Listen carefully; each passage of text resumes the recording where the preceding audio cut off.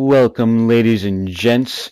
It's your boy Shazam, and we are here to do a review on Arkham Asylum because I've already done my review for Arkham Knight, and I just did Arkham City, so now it's Arkham Asylum. And I'm focusing on Rocksteady games, so I probably won't do Arkham Origins, but I guess if you want to, I'll do it. And make sure if you like this video to smash that like button, make sure to subscribe, and let's get this review started. Now here is the plot for Batman Arkham Asylum, and it is, of course, welcome to the madhouse, that is Arkham Asylum, and descend into the core of the criminally insane as the Joker launches his most diabolical plot ever. The inmates of Arkham Asylum have been set free, and it's up to Batman to bring order to the chaos and take back this.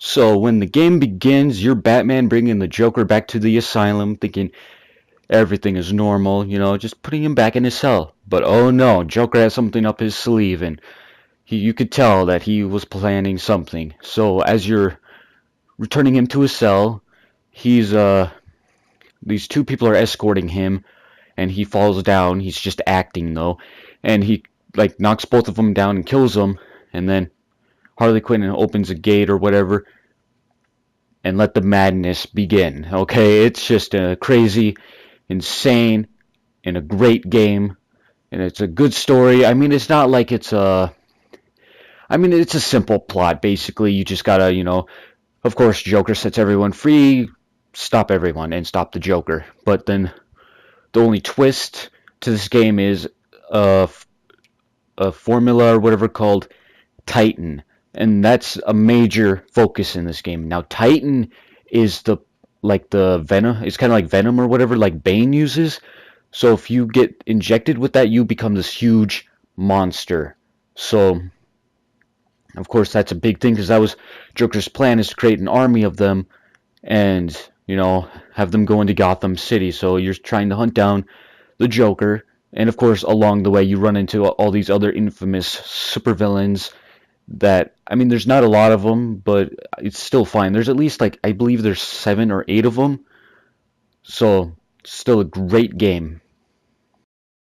Now, of course, this is a shot of Bane, and I believe Bane is your first boss fight. And it's actually a pretty easy fight, but it's still a good fight. And after it, you think you're done with Bane, but he just, boom, comes out of a wall and wants to break the bat. That's his whole goal. But then, of course, Batman calls the Batmobile. Boom, there goes Bane.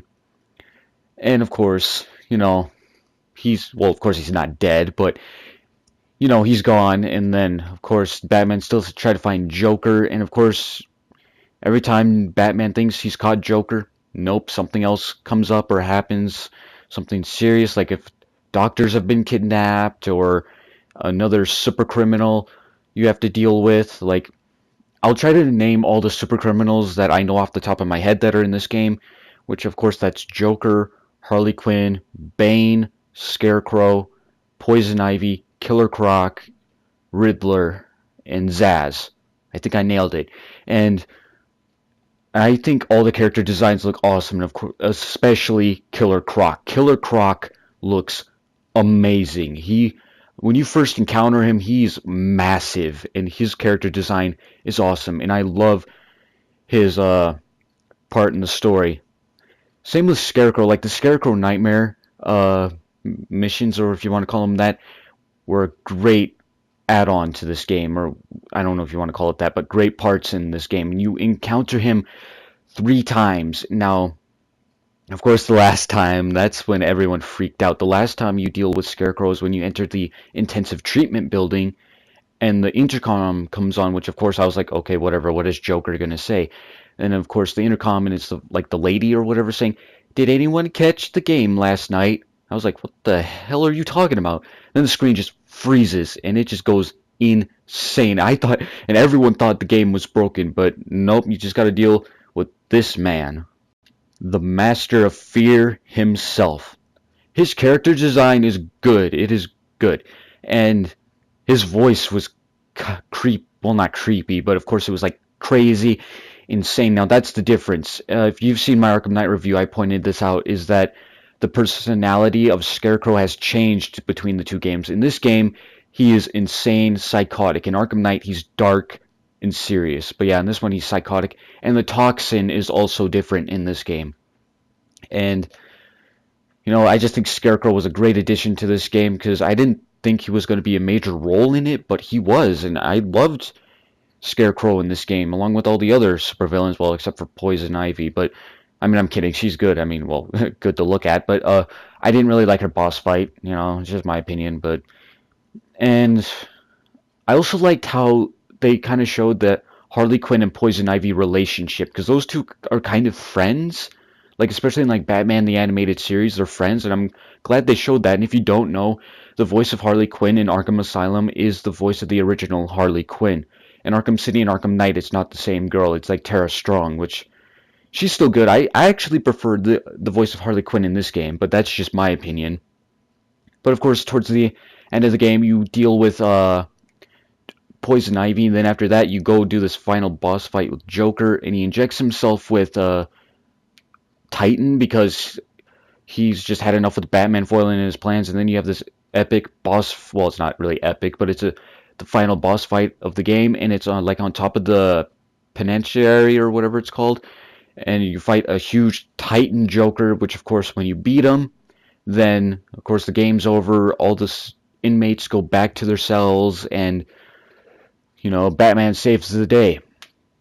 Now, if you don't know this, at the end of the credits, there's a scene at the end which will have one of three people have their arm come out of the water, and that is either Killer Croc, Bane, or Scarecrow. One of those people's arms will come out of the water and get Titan. Oh, also I forgot is that also, if you don't know it, Scarecrow disappears or gets so-called killed in this game, which that's why people were kind of shocked that he was going to be an Arkham Knight.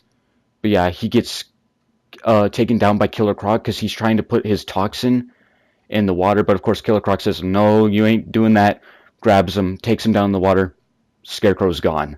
And that was a very shocking moment. But I really suggest you pick this game up, which of course I'll be giving it a score here soon, and I will show my scores for Arkham City and Knight, and I hope you enjoy the scores.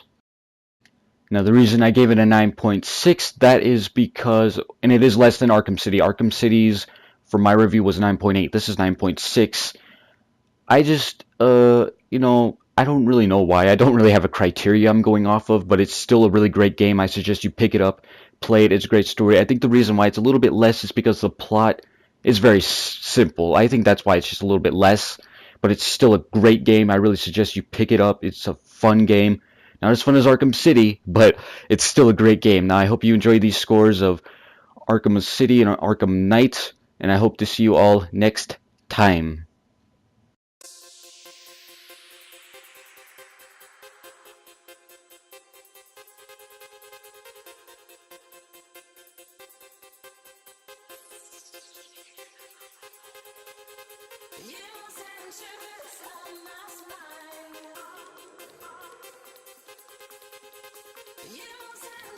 And I'm back. I just thought I'd add this in. If you haven't seen my other reviews, I suggest you watch them, just because if you were upset with the scores or anything, please just go watch the reviews, because I explain why I gave them the scores. So if you're upset or anything, please go check those videos out. And now, of course, like it says, make sure to subscribe, leave a like, and once again, I'd like to see you all next time.